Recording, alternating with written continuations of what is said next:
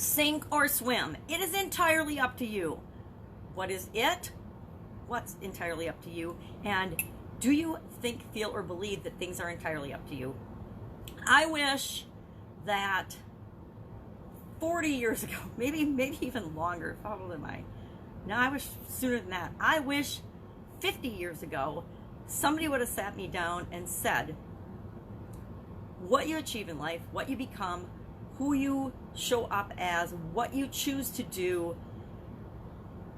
how you feel, what you think, what you believe, it's 100% entirely up to you. I wish my parents would have sat me down when I was a 9-year-old kid and said, hey, you can do whatever, and they did do this. They did this through messages throughout the years, but never in a way that I actually internalized and got until I was much, much older. But I wish somebody would have said, listen, whether you sink or swim is entirely up to you.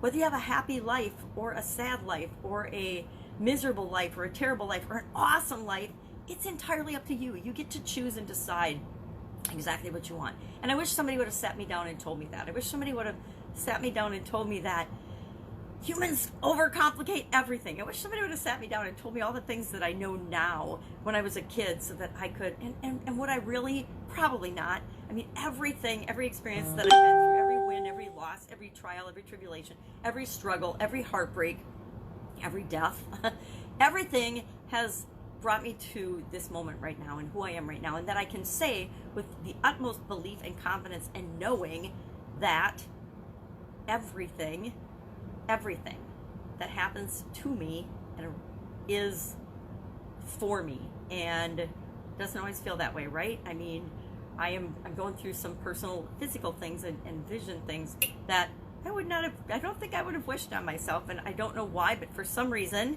I haven't figured out the answer yet, but I know it's for my benefit. It's for me to grow and develop and change in ways that I don't yet understand. We get challenges like that all the time. We don't always understand the outcome until a lot of times years later, and then we realize that some of our biggest heartbreaks, our biggest disappointments were actually blessings in disguise, because what happened after ended up being much better for us than the thing that we thought we had our heart set on, that we think we wanted. And I have so many examples of that in my life. That's why I say this. But sink or swim, that was the topic of Supersize Your Business today. It's an idiom, of course, that comes from, it's a very old idiom, but think of people nowadays still toss babies in water, and that's how they teach them to swim. They throw them in the water, and then they float or not, and then they don't let them drown, but that's how they teach babies to swim. Well, they used to do it with witches. Remember, they would throw witches in the water, and now, unfortunately, if you were accused of witchcraft, you pretty much weren't going to survive that. You were going to either drown, which meant you were innocent and you weren't a witch, but you were still dead, or if you floated and swam, then of course the devil must have helped you. So you're going to get burned at the stake or hung or both anyway. So either way, there were situations outside of your control. However, were they really outside of their control? If you were behaving in ways that people suspected were of witchcraft, and again, those are other people, you were probably going to end up dead at some point because of this whole sink or swim and the way they tested for witchcraft thing. There was usually a no getting out of that scenario. Whereas nowadays, and most of the time, we humans, there's always infinite possibilities. There's always different options. A lot of times we don't feel like there are. If we're in a tough situation, so often we feel like we're the only one going through that, and that we're the only one that's had it as bad as we do right now, and no one on the planet could possibly understand what we're going through. One of the coolest things about the internet, I think, is that no matter what you're going through, good or bad, there's access to other people that are experiencing a very similar, if not the exact same identical thing, a very similar situation. And I'm not going to go into all the horrible things that can happen to us in our lives, but there are people that you can find that you can relate to that have had the same traumas, lost their parent, had a bad childhood, whatever. There are groups that you can find of people that can help you understand that you're not alone, and there's other people experiencing or who have experienced very similar, if not identical, things to you. And I think that there's help and relief in that knowing that we're never the only one. So sink or swim. I found that the older I get, the less I feel like I'm ever in that sink or swim situation. I think when we're starting something new, when we're younger, we feel like we're alone. We feel like we can't ask for help. We feel like it's do or die in a lot of situations. We make things black and white. And as we get older, we realize that there are so many shades in between black and white. There are so many infinite possibilities and different directions and different ways and different things that can happen. Almost nothing is actually black and white. And that reality, what we define as reality, what we believe is reality, is actually slightly different and skewed and unique for each one of us based on how we look at the world. And we always look at the world through the filter of our own thoughts and feelings and beliefs and past experiences. And that's how we look at our current situation. And that's how we look at the world. And that's how we see our reality. So I don't know, it's my little rant for today about, sinking or swimming, because I realize as I'm thinking about that expression and that idiom, really, once we commit to something, once we decide, once we choose what it is that we want, which incidentally, most people never do. I even still struggle sometimes with stating what I want in the more broad areas of my life. What do I want with respect to a relationship? I resist actually clarifying that, because I feel if I clarify that, then I have to deal with it. And I know that really sounds silly and kind of convoluted, but in certain areas of our life, we tend to do that. A lot of people refuse to set goals and objectives, or set goals and set that big goal. You don't even have to have all the details. You don't have to know how you're going to get something, but you do need to have that big picture, top of the mountain goal in mind of what you want and what you're moving toward, because that helps you to make all the little decisions, the day-to-day now decisions that move you toward that. If you don't, guess what?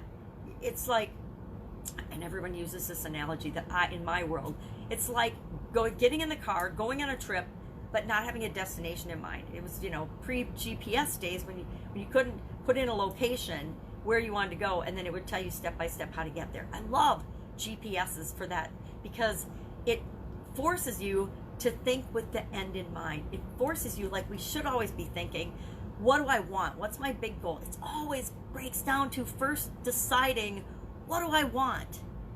What do I want? What do I want? What do I want? Ask yourself that all the time. When you're in a situation, you're going into a meeting, well, what do I want? What do I want the outcome to be at this meeting? Because if you go into a meeting or a conversation or a relationship with what you really want as the end result in mind, you don't have to know how you're going to get there. But I guarantee that if you go in with the outcome, and I'm going to vote for positive outcome that you want, you're much more likely to get that, or get a lot closer to that, than if you go in with no agenda, no end in mind. And I'm not saying have a manipulative agenda. No, just have a big picture of how you want the communication to go, how you want the meeting to go, what you want the outcomes to be. And if you know that, it's called what's it called? Setting intentions of how you want things to be and how you want things to go. Works really well. I learned this when I had to speak. I don't love public speaking, but over my career, especially in corporate America, I had to do a lot of presentations in front of big groups of people. And like most people, fear of public speaking is, that's like I think the number one fear of human beings, even more than death. Because I guess we figure death is inevitable, we're all going to die, so why be afraid of it? But public speaking, on the other hand, is a choice. We don't have to public speak ever, but we're going to die. We don't have a choice. And so to me, for a lot of people, death is less scary than speaking in public or speaking up. And I was the same way. And so I had to learn that, number one, I wasn't going to die. Even if you do a bad speech, even if people boo you, it's not going to kill you, right? You might just have your feelings hurt. But like everything else, it's just temporary. We can get over it. We can choose to get over it whenever we want. But I forgot my point, which is really embarrassing. That's what happens when you get older. You forget your point because you talk about other stuff and then you get off sidetracked and then you're like, what was I going to talk about public speaking? Something about prepping for speeches and public speaking. I'll come back to it. So, sink or swim. I think as we get older, we realize that, and we have more experience, realize that there's always options. There's always a choice. There's always another way of going about it. Now, unless we're living in our negative beliefs and our false beliefs and our fears. If we're living in blaming and judging and making things other people's fault, which is blaming, if we're looking for excuses, we'll always find them. But if we're actually taking personal responsibility and committed to something, there is nothing that can stop us from creating absolutely anything and everything that we want here in this life and on this planet. There's nothing. I mean, there's nothing, and we can argue that. I'd love to have a conversation about that. Maybe not if you don't believe any of it, because it would be too frustrating for me.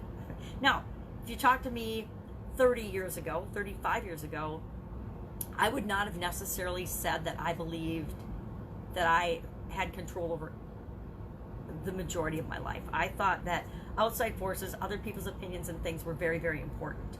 But I think over the years and with the experience, we grow and develop, and we go on our own little journeys to discover our own truths and what the truth is for us. And you don't have to buy into my truths. Please don't take what I say as your truths. Go out and explore, and always ask yourself, does that feel right to me? Is what she's saying or anyone else saying, does that feel like it's true? Because there are things that are true for me that aren't true for other people, even other people in my family. For me, when I say you get what you expect, that is very true for me. Now, my ex-husband would argue, and will still argue with me to the death, that you don't get what you expect. There aren't things, you can't control things. Most things are outside of your control. I agree. Most things are outside of your control, but you always have the ability and the power to choose how you're going to respond and react to the things that are outside of your control. And guess what? The things that you react negatively to that are outside of your control, you attract more of those, and more of those things start showing up in your life. But if you go with the flow of life and you don't react negatively, and you can even react positively to the crazy things that happen around you and to you, right? And to people around you, you can have a totally different response, and then you can attract more things that give you that excited, happy, delighted, positive response, right? Works both ways. So, sink or swim. Sink or swim was it today. Today was day 23 already of doing one fun thing every day. We're talking about certainty, and that the only thing that is certain is that there is no certainty, right? The one thing we can count on is life is that it will always surprise us. Nothing is guaranteed. Life itself is not guaranteed. We could get hit by a car tomorrow, right? We could fall off a curb tomorrow and get splatted by a truck. We never know. And that's, I think, part of the delight and excitement of life is that but so often I catch myself sometimes just wasting time and just doing nothing, or like I would say watching Netflix, doing nothing. To me, watching TV and watching Netflix is wasting time and doing nothing. But every once in a while my brain wants to shut down and just think about other things in the background and no-minded zone out and watch some Netflix or Hulu or whatever, popcorn time, whatever's out there these days. And I think sometimes we get in this mode where we feel like we have all the time in the world, yet because we forget that we really don't know. There's no guarantee how long we're going to be here. So I think if we all realize, and not in a scared way, but in an excited way, that we never know, so we should take advantage of the now. We should really be present and do what we can right now, because we don't know what the future will hold. But that doesn't mean we shouldn't vision and focus on and be aiming toward the big things that we do want. So it's up to you. Sink or swim, it's always up to you. And again, I would love to hear your thoughts on that. Do you believe that? Do you believe that whether you succeed or fail is entirely up to you? I can already hear, like, I think 90% of the population is screaming at me right now, saying, you are so full of it. That is totally not true. And here's all the evidence of all the bad things that have happened to me, and we're outside of my control, and why that's not true. So, whatever. So, fun day, 365-day challenge, that. And then Monday, I'm starting a new challenge. I'm calling it the Live Thrive Challenge. Again, that doesn't feel exactly right for me, but right now that's what I'm going with, because I'm starting on Monday. So Monday, Live Thrive Challenge, teaching people how to create their own challenges to get the results that they want in their life and for themselves, and then for the people that they're here to serve, the people that they love and care about, or their customers. How to use challenges to help them get the result that they want, so that they can be attracted to you, so that you can get the result you want, and this continual improving cycle of upward achievement of goals and objectives, and overcoming obstacles and challenges and things that we think get in our way that we can totally blast out of the water in days, not years. That's all I've got today. I've got a 4-year-old coming in a few minutes. I'm excited to see her, and I got all kinds of things to get ready for this challenge, because I decided yesterday that I was going to do something a little different. And I love it that it's live because I can wait till the last minute and continue to make changes. And since it's live, I can make changes on the fly, and I like being able to do that too, because as I get new pieces of information, I got a new piece of information yesterday, and I'm taking out a whole segment of what I was doing in the or planning to do in the challenge in the first place, and I am simplifying it, which is perfect divine timing, because I tend to overcomplicate things. I tend to put in way too much, and it overwhelms people. So I'm backing up and doing a different framework. That's it. If I can help you anyway, hit me up in the comments below. Otherwise, I will be with you tomorrow with another. What am I doing as I transition from the brick and mortar world and the corporate world of business to the online world of business? Every single day, because I can't see to write very well, so I might as well just talk it out, and then I've captured it for my own learning and education and posterity. All right, have a great day.